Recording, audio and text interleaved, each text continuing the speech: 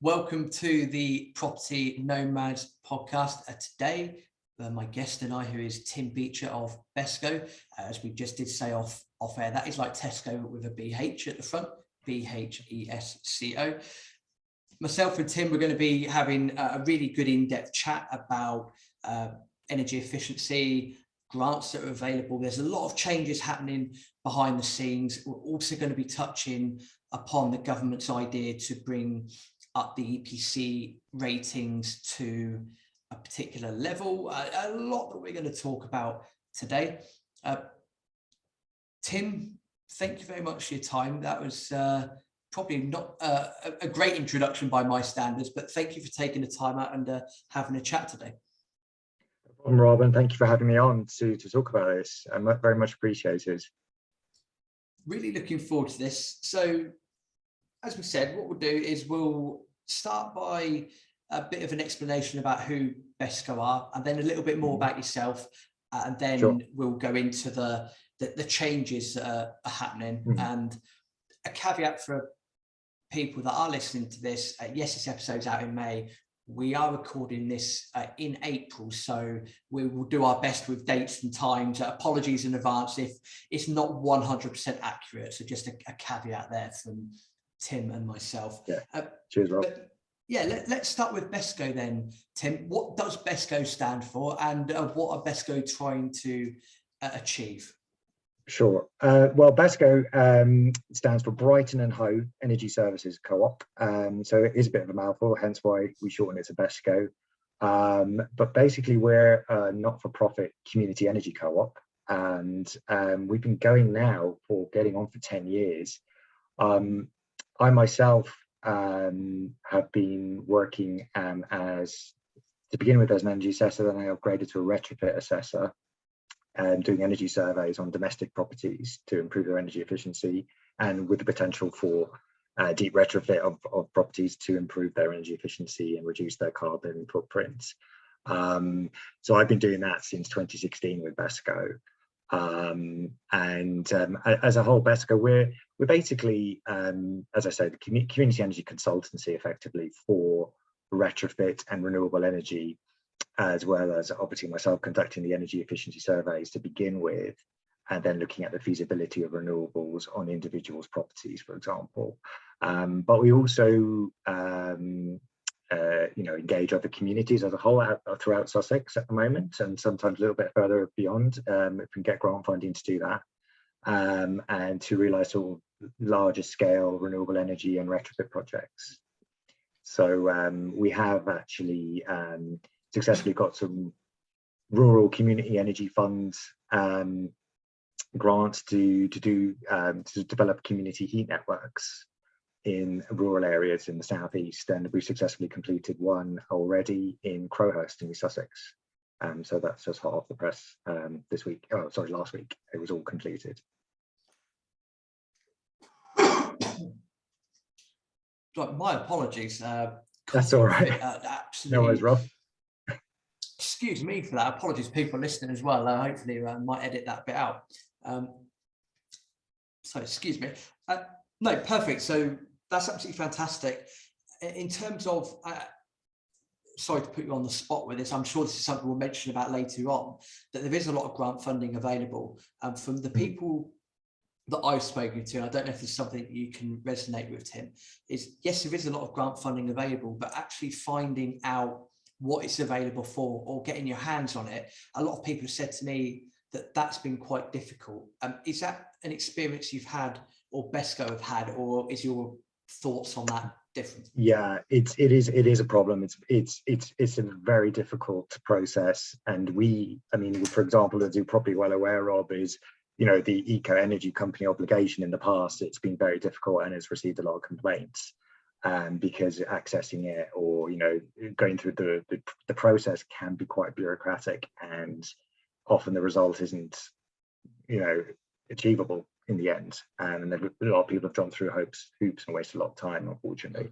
I think this, and we will touch on this again, I'm sure, later on, but the new, what they call Eco 4, or previous Ecos are now obsolete. They're trying to improve that grant accessibility. But we can go into that a bit more detail, but that's just one of a few changes that happened this month. So a lot's happened this April, and we'll touch on those later as well. But certainly on a local level, I mean, we as a community energy co-op, and I'm sure in other parts of England, Scotland and Wales, there are community energy groups trying to do it their own way and apply for local government or council grants or help, and trying to do it on their own 2 feet as an not-for-profit organisations as well, to get economies of scale up by engaging with communities, but also just offering help on an ethical side of things as a community energy co-op. So not just purely there just to make money, they're there to try and they have to pay their staff, but after any profit above that and the overheads goes back into community energy projects, and certainly that's what Besco is about. So on a local level, we try to achieve as much as we can to help people reduce their carbon emissions and their energy bills. I guess one example is we've recently been successful in another grant. We've applied through Micro Generation Certificate Scheme, Charitable Trust, or the MCS scheme, which a lot of people may have heard of. And they do offer various grants to community groups around the country. And we were successful for a retrofit streets competition in Brighton.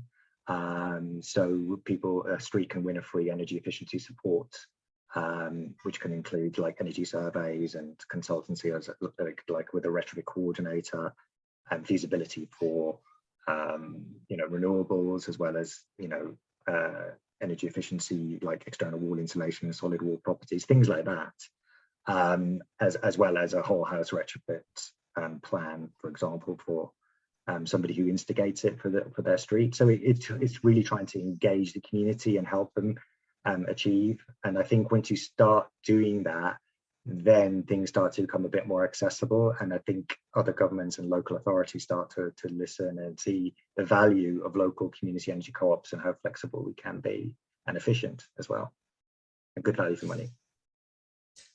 Makes perfect sense. I will just point out actually for Besco as well. I mean, Besco have won quite a few awards as well. I'm just going to read out a couple that I can see in front of me. The winner of the 2019 Regen Community Energy Initiative Award, also the winner of the 2019 Community Energy England Carbon Saving Award, and also in 2019, great year 2019 for Besco, also the winner of the NEA Heat Heroes Award. So as well as doing a lot of fantastic work within the community, I'm just going to carte blanche and say Sussex in general, you're also getting a lot of really good recognition from people within the area as well. And from what you're saying to me, it sounds like that because of the work that Besco are doing and the fact that that's been recognised, also that's then helping to secure more funding to then help more people in the local area. So it's that positive snowball effect, as I would say. Absolutely, and it's hard work. I mean, it's taken a while for us to be trusted by the community, and when we've actually proven ourselves over the first few years, and we've established those links, and it's very solid now, and like you say, it just has this kind of positive feedback continuously. Yeah, it is good to have that feedback loop. As we said before, we said off air, to be fair, that what we weren't going to do, because we've covered it on other episodes, is we're not going to sort of sit through and go through what a retrofit process is, what does it mean, etc. Because that's a whole different topic in itself. For people that are listening to this that are coming at things from a landlady point of view, what we're going to discuss is incredibly important, because if you have any rental properties, again, what the government are looking to do is to say, well, your rental property needs to be of a certain rating by a certain year. And that is easier said than done, as we're going to get into. So if you listen to this thinking, well, how does this benefit me? There's going to be a lot of information that we discuss from a landlady point of view that will definitely help you. And of course, if you listen to this from a homeowner point of view, this stuff is equally as important, because, getting certain measures done will, help create a greener environment, so to speak, but also, help you save on your bills, which who doesn't like saving cash on their bills? So what I'm trying to say is, no matter what angle you're coming from when you listen to this episode with Tim Beecher, is we're going to discuss everything, but it's also important no matter what side of the spectrum you're coming from. All of that being said, Tim, you mentioned that there's quite a few changes that are happening, and we'll do our best with timeframes and dates, etc. We mentioned before that some grants that have been available beforehand have been quite tricky to get a hold of, maybe because it's not well publicised by government, or lack of knowledge on people's behalf, maybe a mixture of both, who knows. But let's run through some of the changes, or if not all of the changes that are coming up, and how that's going to impact people that are looking to improve the energy efficiency of their homes. Sure. Well, there's a couple of things that come up. People may have heard of the infamous Green Homes Grant, and that kind of collapsed for individual homeowners a couple of years ago. At the administration, it just fell flat. It wasn't very well organised. However, there is still this Green Homes Grant angle coming through local authorities across the country, and it's called the Local Authority Delivery Scheme for households across England. And essentially, it's gone through. It's now in its third phase, as of this April, where so it's called LAD 3. Sorry for all the jargon and the acronyms. And that's for households that have a combined income, so homeowners, potentially landlords and private landlords as well, of no more than 30 combined. So for homeowners, households who have a combined income of no more than £30,000, and their properties are rated E, F, or G, qualified. That's a priority. And so it's 100% subsidy for owner occupiers up to £10,000, and then 2/3 subsidy for social and private landlords. So social landlords includes councils and I guess housing associations, and that's up to £5,000, with landlords needing to find an additional third of the cost.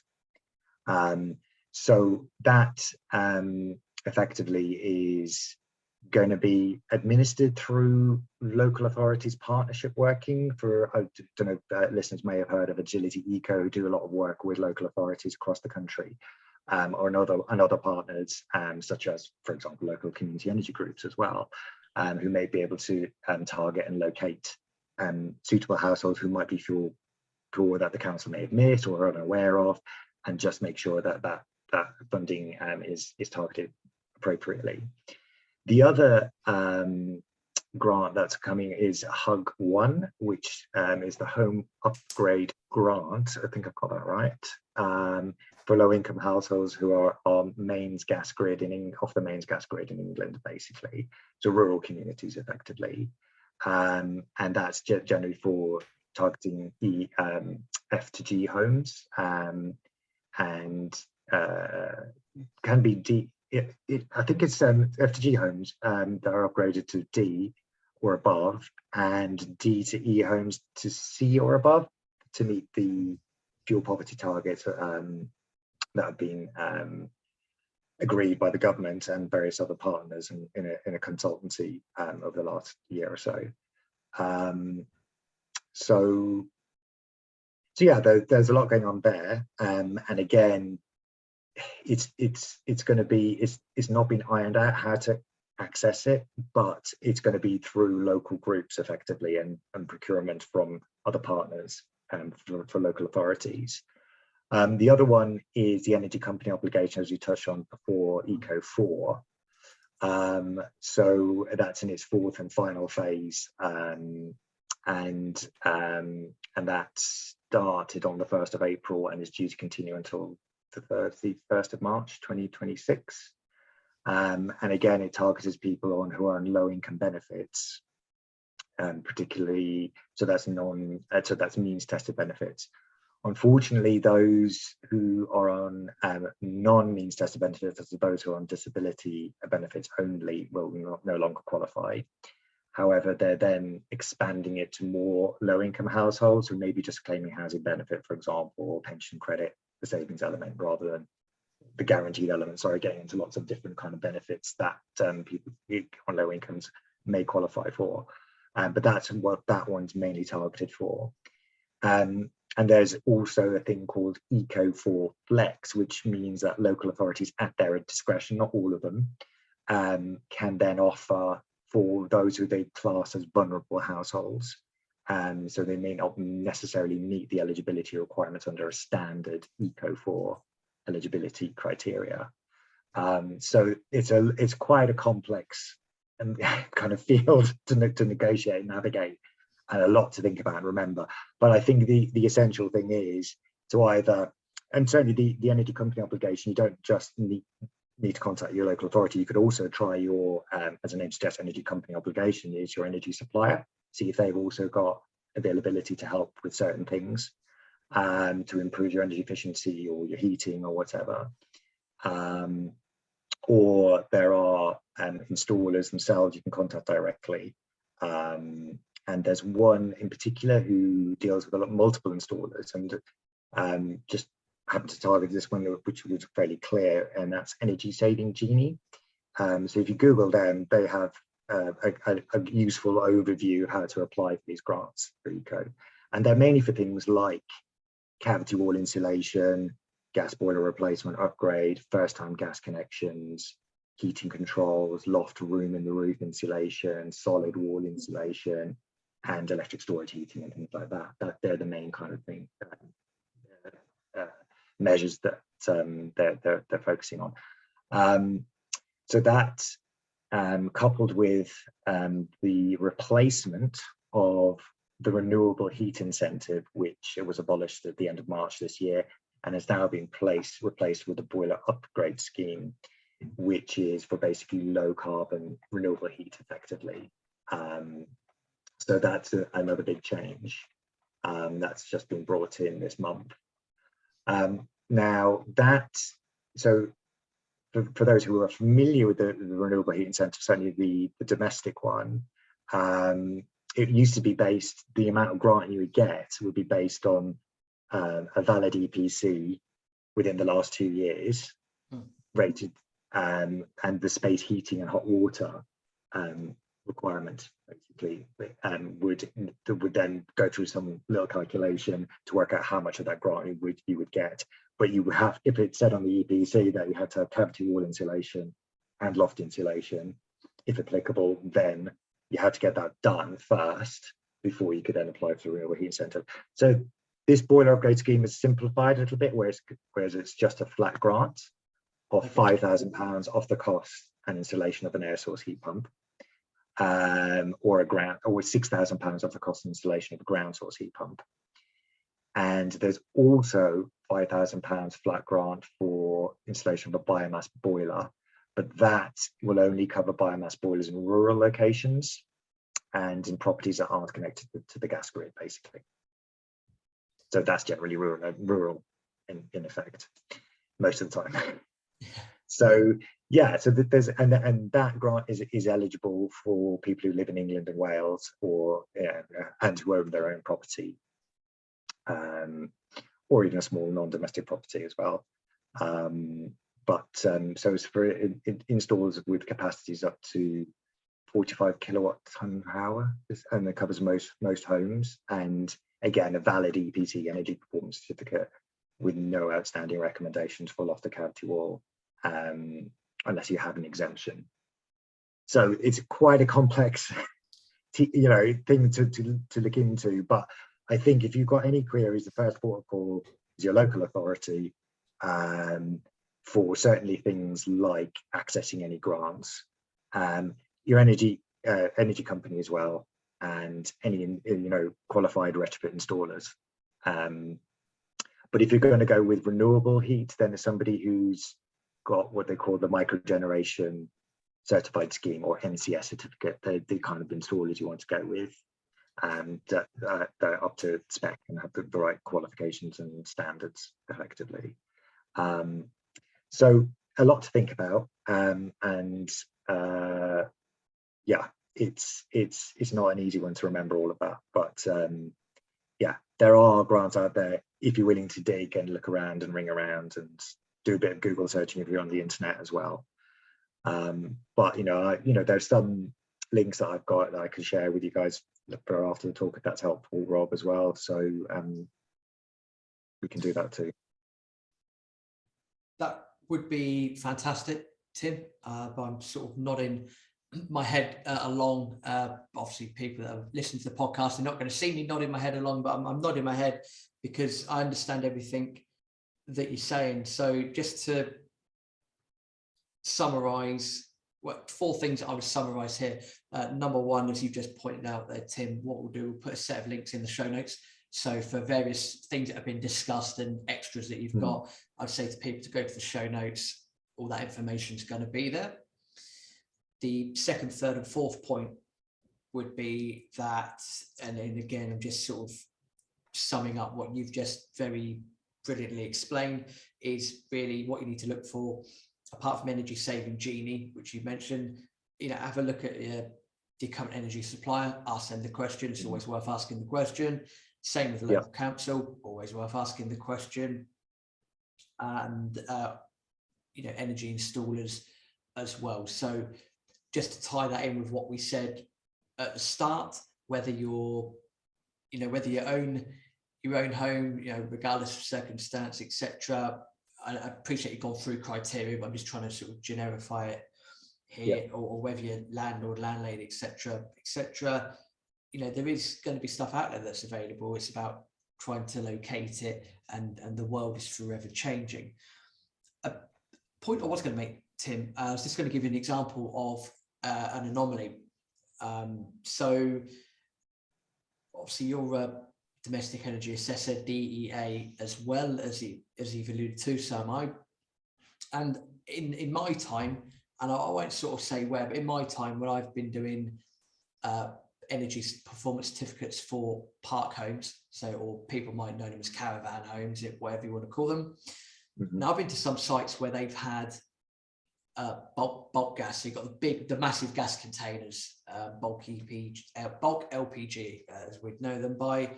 So you've got big bulk gas containers. You're in a park home, and as you probably know from being a domestic energy assessor as well, if you've got bottled gas or you've got the big bulk gas, your energy rating is normally going to be incredibly low. So in this instance, we're talking E, F, or G, which is quite common.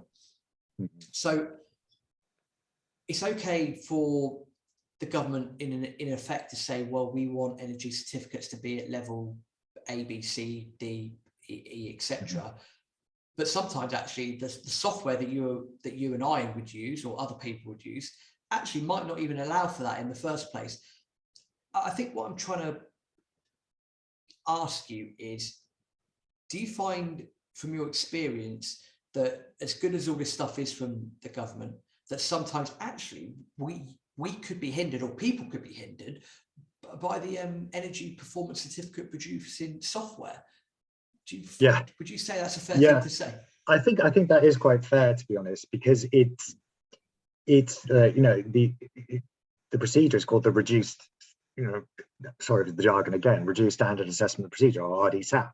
So it's quite generic, based on a standard, like park home, for example, or a standard mid-terraced house or a semi-detached built at a certain period. It doesn't necessarily account for a sort of a bespoke reality of heat losses and efficiency of each home, because each home is different, and like you say, if you put in certain criteria, it's of this age, therefore it's going to be assumed to be this heat loss and all this kind of thing, and it's not necessarily true in reality. So there's a bit of a gap, a sort of reality gap there sometimes, and it does restrict. And I think often what happens is, like, if you want to install a heat pump, which is the right thing to do, it actually drastically reduces your EPC rating, when it actually, particularly with LPG or oil in rural communities, it does often increase it a bit. But when it comes to mains gas boilers, it doesn't compete very favorably at all. In reality, if you can size your heat pump get the heat loss calculations correct and size the heat pump correctly, you can get it very close to the cost of mains gas, so it doesn't always necessarily, and I think it does assume the worst case, and it does, you're constantly fighting against the EPC certificate to get it to, the real efficiency that a property can be if you do it all correctly. And I think this is where retrofit coordinators and installers who really know what they're doing, and having that those standards raised and have the technical expertise to actually do the kind of retrofit properly and do the sizing of the heat pumps correctly. And standards are improving all the time, and I know that the government is trying to do that with their trust marked approved, PAS, what they call the PAS 2035, the public availability scheme, which is a standard now, and they're trying to up those standards across the board.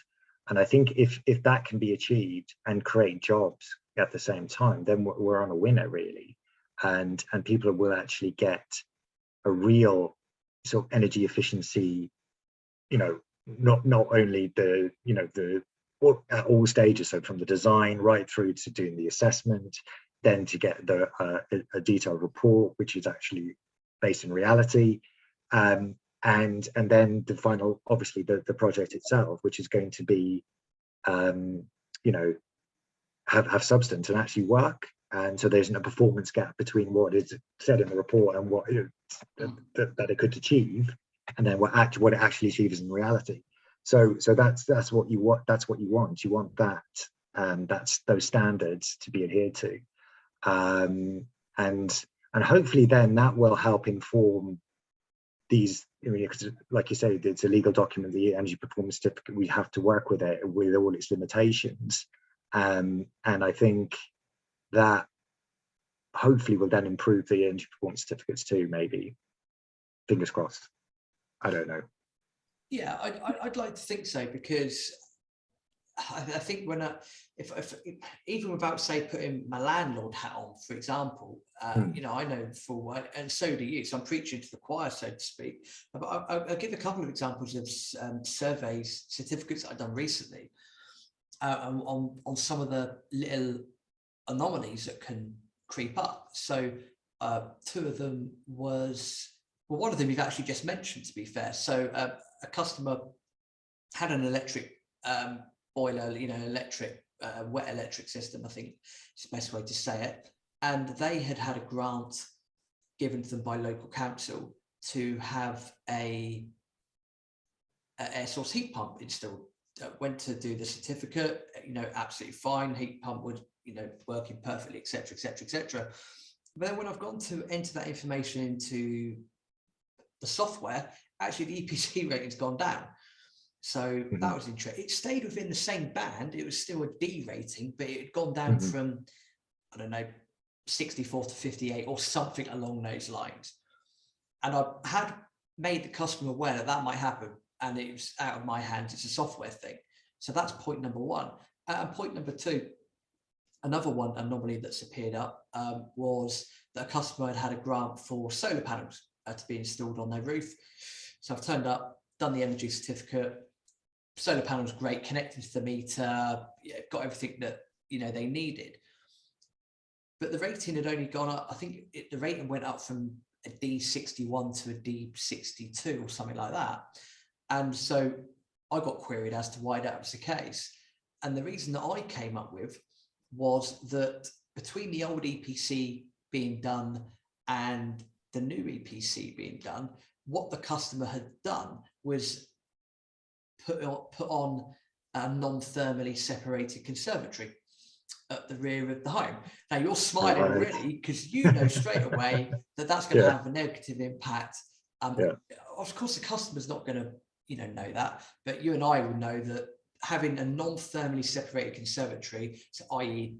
it's not separated with like external quality doors or whatnot, that's going to have a negative impact on the heat loss, which then brings that energy rating down. So it's a bit quirky, and apologies to people if we're, try not to send you to sleep here. It's a bit of a geek out, as I said it would be, but there are going to be times where that those things pop up. And again, we're sort of bound by the software there when we're producing the certificates. So I don't really know what the point of saying any of that was, actually, to be fair, Tim, but more than the fact that as good as what the government's coming up with and grants and, you know, helping low income households, people on benefits, etc., that sometimes no matter what we do, it might be something simple or completely different that, you know, gets in the way of everything. And then that doesn't help when they're saying, well, it must be a C rating by or D rating by 2025. Sometimes that's fine in saying that,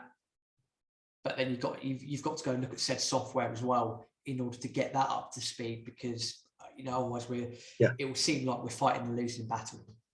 Absolutely, I totally agree, and I think that there needs to be that joined up collaborative working together and not being isolated in our own little silos of what we do. We all need to be working together collaboratively, and I think that will then iron out those kind of anomalies where you don't want to make it difficult for people. You don't want to make them have to jump over, you know, through too many hoops, because it just becomes, it's just a losing battle, isn't it? So, you know, we want to achieve these, you know, savings in energy savings, and I'm sure people want to, especially now, as well as reduce our carbon emissions so we have a habitable planet to live on. And we need to be all, like you say, singing from the same hymn sheet to make it happen. We have to, you know, we've got to do something.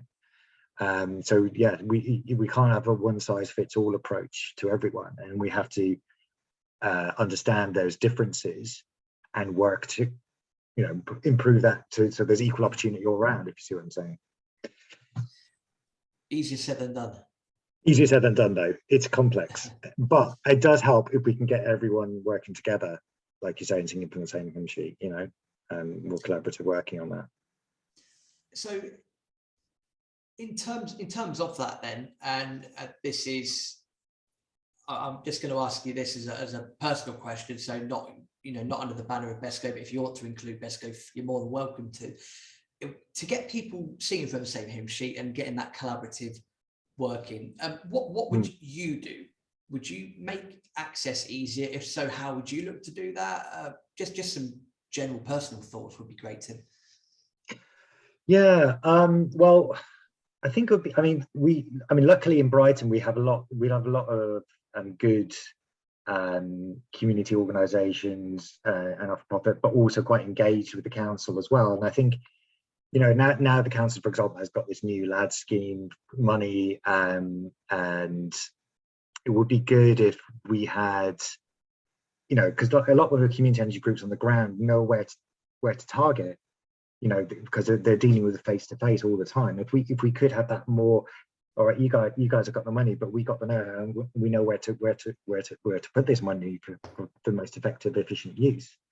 If we had more joined up collaborative working that way in our local areas across the country, I think that would certainly, you know, be good value for taxpayers' money, as well as, you know, help people who really need it, you know, those who are really struggling, you know, at the point of, you know, fuel, you know, real fuel poverty. So it's like not eating or eating, is doing neither, you know. I think as well as, you know, just helping everyone in the community, businesses as well, you know, not just, you know, is as it says on the tin, community energy is really for businesses and homeowners and you know, everyone, social housing, everything. So if we can get, I don't know, cooperative working, I guess, I mean, you know, and again, it's probably easier said than done, but I think it needs to happen. You know, if I think there's a big, you know, a big space for community energy locally, and more local democracy, if you like. You know, there's more democratically accountable, because, you know, the people who are normally involved in community energy are pretty dedicated, and they really want to do the right thing and work with people in the community. And I think it's just getting the ears of those who have the power and the money to actually, and particularly on a local level, if we could have that more closely knit working together, I think that would certainly improve things a little bit. But I'm not saying that it never happens, and it does, but I think it could happen a bit more. I'd be inclined to I'd be inclined to agree with that. Not to sort of play too much of a devil's advocate, just sort of thinking it from the other side. I imagine it also, politically speaking, that if you are, let's just say you sat there with a set amount of allocated funds for such projects, I imagine, politically speaking, you could probably create what I would class as a few easy wins by having that collaboration. Because if you're then out and about, no matter what party, I'm not talking about a particular party, Absolutely. no matter what party you are, if you go out and about and say, I don't know, again, just looking out my window, we've managed to retrofit every home down the drive, which is a big road in Hove for those that may or may not know it. I mean, that could be a massive, very easy win to get the good press about that. And, this is what we're doing. This is how we're helping the community. And yeah, I'm not sure exactly what the point was of that, but if you can get that level involved and sort of spin it so everyone's winning, whether it's being re-elected or people that were in fuel poverty and no longer in fuel poverty. Yeah, I think easier said than done should just be the name of this podcast. I think we're going to say it an awful lot, aren't we? But I think there are people willing to do it. But it's just joining them up together, isn't it? I think it is happening. I mean, certainly on a personal level where I am, I can see things coming together, but maybe it's not everywhere. And I think, if local authorities and community energy groups community energy groups were supported, because at the end of the day, they're like startup, small little businesses, if you like, and they do need that extra support. And I think, because they have knowledge on the ground and they work in the community, I think that's where that democratic accountability and this is where things will work. And this is where I think, obviously council authority, they're stretched and they have a lot to think about and a lot of pressure from all angles, and they've got to make ends meet, and they've got to work within that sort of business framework. But I think, again, it just comes down to that, the efficiency of working with local communities and community energy co-ops, particularly because they're quite agile and and adaptable, if you like. And I think if there was a bit more of that kind of collaboration and cooperation, then I think more could be done, basically, and money better spent. I think it would just efficiencies all around, really. Definitely going back to the Greens Home Grant aspect of it, when I was speaking to customers about it, the feedback was that the process was too laborious. Sometimes your waiting list or whatever would be very, very long. It was just a very messy thing to try and go through. And I think that if you're going to say to people or whomever, this is how we can help improve X, Y, and Z, you then, economics 101, you then want to create as few barriers to entry as possible. So you want to make everything a lot easier. I would say the offset to that, as I've said to people before, is you're damned if you do, damned if you don't, if you're government or you're in charge, because at the same time, you're probably not going to be able to turn around and go, right, here's one set of criteria, here's one installer or whatever. Congratulations, you've just created a monopoly. There'll be an outroar about that from someone somewhere. So there is a fine line. I'd say the government on this occasion with the Green Homes Grant have the idea of what they're trying to do, I think is very good, but how they've gone about the process and the execution of that, 0 out of 10 if I had to rate it, shocking. Yeah, I mean, the idea, it was fantastic. I mean, there's such high hopes, but I think, yes, absolutely. And what's happened since then? I mean, okay, so a lot of it's redirected in this new LAD hug scheme, but I think individuals need to find, because I think it is certainly the smaller local, and this is again when it comes down to this local economy, if you can support your local installers, and the smaller guys, you create that sort of little local economy, which actually benefits everyone. It's a win-win situation. And unfortunately, I think with what happened with the Green Homes Grant, because the administration was so poorly executed, a lot of those smaller businesses, this is the final straw, because they've done the Green Deal previously, and that was a bit of a, not fantastic either. And I think because they had to jump through so many hoops and do various training and spend money on this and that, and they were small, and they thought they were going to get something out of it. In the end, a lot of them got nothing. They went out of business. They just couldn't take it anymore. And I think, and that's such a shame for the local economy, for local business, particularly in that field, when now's the time we need them more than ever.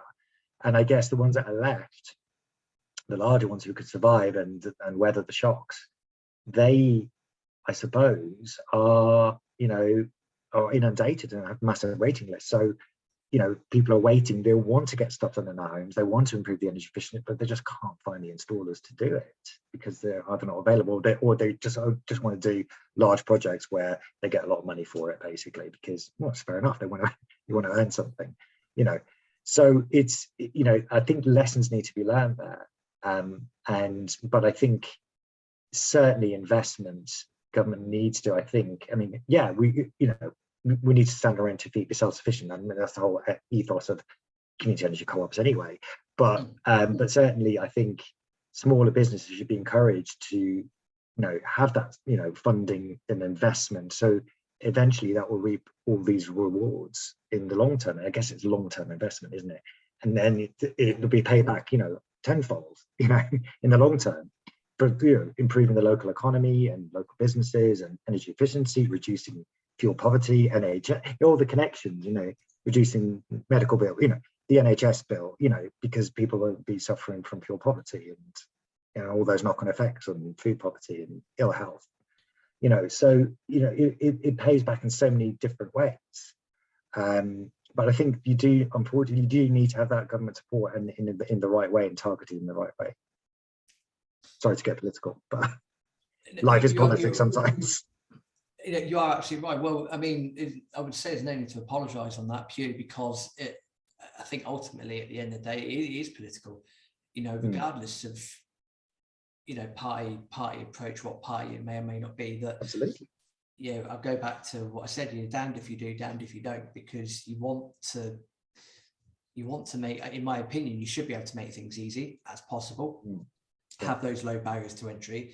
At the same time, if you do that, I think in a nutshell, you've got to find that fine line, and of course, it's a fine line, so therefore, it's not so easy to be onto that fine line. So yeah, no, don't apologise about getting politics involved, because at the end of the day, it's a massive, political and generational thing that we're dealing with, and whether we like to admit it or not, I think the fact is that where we have, I think every 4 years, maybe it's every 5 years now for an election, I forget what number it is nowadays, where we've got that, we take such a short-term approach to things, because the worry I would guess a worry for a politician would be, well, hang on a minute, I like having X amount to spend, I like the position of power, I like being able to do X, Y, and Z. Well, I want to make sure I retain my seat for the next election, so I need to go out and do what I need to do to create the maximum effect in the shortest period of time. Exactly. Whereas it's not always right. I don't necessarily agree with the ideology of China, to be honest, and apologies if I get banned from YouTube for saying that. However, I think many people probably don't. However, one thing that I will sort of credit where credit's due is where they've got such a long-term plan of things. There are certain elements of how they do things that, I throw my hands up and go, yeah, actually fair enough, because anyway, whole different conversation, to be fair. But you're right. We need to think differently economically and how we deal with politics. And you want to obviously retain freedom and democracy, and that's the whole point of like local democracy. And again, going back to the community energy model and cooperatives, but being efficient and stuff like that. But it is the long term, and you need to invest for the long term. And I guess that's where government needs to come in and set some sort of legislative rules, so no matter which administration comes in, they all agree cross-party, so there's no one political trying to, we need that cross-party collaboration, again, in politics as well as business or wherever, or local community, where we have a grown-up discussion and basically we have something that's in for a long time, no matter which party gets into power every 4 years, have something put in place there. And so we could say we've all agreed on this, whichever political party or persuasion you're from. Surely it's not beyond the wildest, the wildest dreams of human beings to be able to do that. But that's my personal take. Again, that's my personal opinion. But talking without my Besco hat on. Yeah, and again, I'm nodding. So I agree with that. It is something. I'm a bit of a rail nerd myself, and it's the same thing. We've had privatisation, good old British Rail back in the day, and then they're looking at creating a new rail body, which is pretty similar to how it was about 30 years ago. Funny how that works, because there's no cross-party approach to it. Anyway. But all of that being said, what we should do is, we've just had a fantastic sort of chat for the last 45 minutes, and there's a lot of key information there. But if we were to summarize everything as things stand, so in effect, at the moment, what's going on is that there's a lot of grant funding available. There will more than likely continue to be a lot of grant funding available. But in order for people, again, whether you're a homeowner, whether you're a landlord, whomever it might be, whatever your position is, it's always worth asking the question if there's funding available. But in order to find the funding, what we're saying is that the key places to go to, or to people to speak to, would be your current energy supplier, whoever that might be. Someone from your local council. So again, maybe do a bit of Googling, doing a little bit of ringing around, and then also energy installers. There are other websites, as you've mentioned, Energy Saving Genie, that we'll put in the show notes. Yeah. Also, your local community energy group, if you're lucky enough to have one. And if you don't know who your community energy group is, and look up Community Energy England, and they'll probably direct you to your local community energy co-op or whatever organisation or social enterprise, and they'll probably be a minefield of information as well and help. Awesome stuff.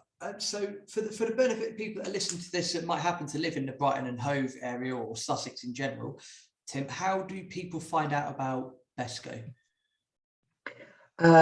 Well, again, if you're on the internet, just Google Besco, and we've got a really good website. So have a look at that and what we have going. As I said earlier, we are doing this retrofit streets campaign. So it's basically economies of scale, trying to get as many properties done as we can through this competition that we're advertising. So do have a look on our website and see if you'd like to. See if your street, if you're in Brighton and Hove, would like to be part of this competition. So and that's one way of getting some stuff done in your local community. But obviously, if you've got any other questions, we've got a phone call. I mean, we've got the phone as well as the internet. So I don't know if you want me to give out the telephone number. I can do on here, or if you want to put it in the notes later, Rob. In the notes, notes is fine. And give us a call, and if we're not there to pick up, we'll certainly get back to you pretty soon. We're really busy at the moment, obviously, a lot of things happening, but there's always somebody there to answer any questions and try and guide you through as best we can.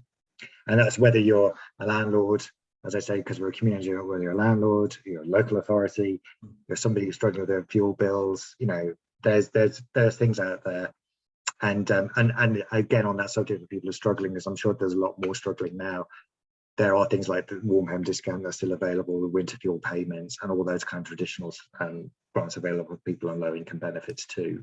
So we can update people on there's been some changes there too, but we can certainly guide people through those processes.